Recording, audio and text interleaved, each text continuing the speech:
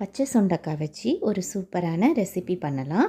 அதுக்கு அரை கப்பு பாசிப்பருப்பு ட்ரை ரோஸ்ட் பண்ணிவிட்டு அது கூடவே 1/4 கப்பு கடலைப்பருப்பு சேர்த்து கழுவிட்டு ஒரு அரை மணி நேரம் ஊற வச்சுக்குவோம்.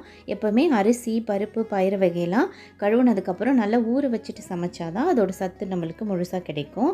இப்போ பருப்பை வேக வச்சாச்சு. பருப்பு ஓரளவுக்கு வெந்ததுக்கப்புறம் கட் பண்ணி வச்ச சுண்டக்காய், சின்ன வெங்காயம், தக்காளி, பூண்டு, பச்சை மிளகாய், உப்பு, மஞ்சத்தூள் சேர்த்து கொஞ்சமாக தண்ணி விட்டுட்டு ஒரு 4 விசிலுக்கு வேக வச்சு எடுத்துக்கலாம்.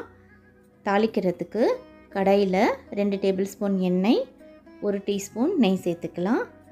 1/4 டீஸ்பூன் பெருங்காயப்பொடி, அரை டீஸ்பூன் கடுகு, அரை டீஸ்பூன் சீரகம், 2 வரமிளகாய், கொஞ்சம் கருவேப்பிலையை சேர்த்துட்டு நம்ம வேக வச்ச சுண்டைக்காய் பருப்பு சேர்த்துக்கலாம். தேவையான அளவு உப்பு சேர்த்து மல்லி இலை போட்டோன்னா சூப்பரான சுண்டைக்காய் கூட்டு ரெடி ஆயிரும். இது சாதத்துக்கு பிசைஞ்சு சாப்பிட சப்பாத்தி தோசைக்கும் சூப்பராக இருக்கும்.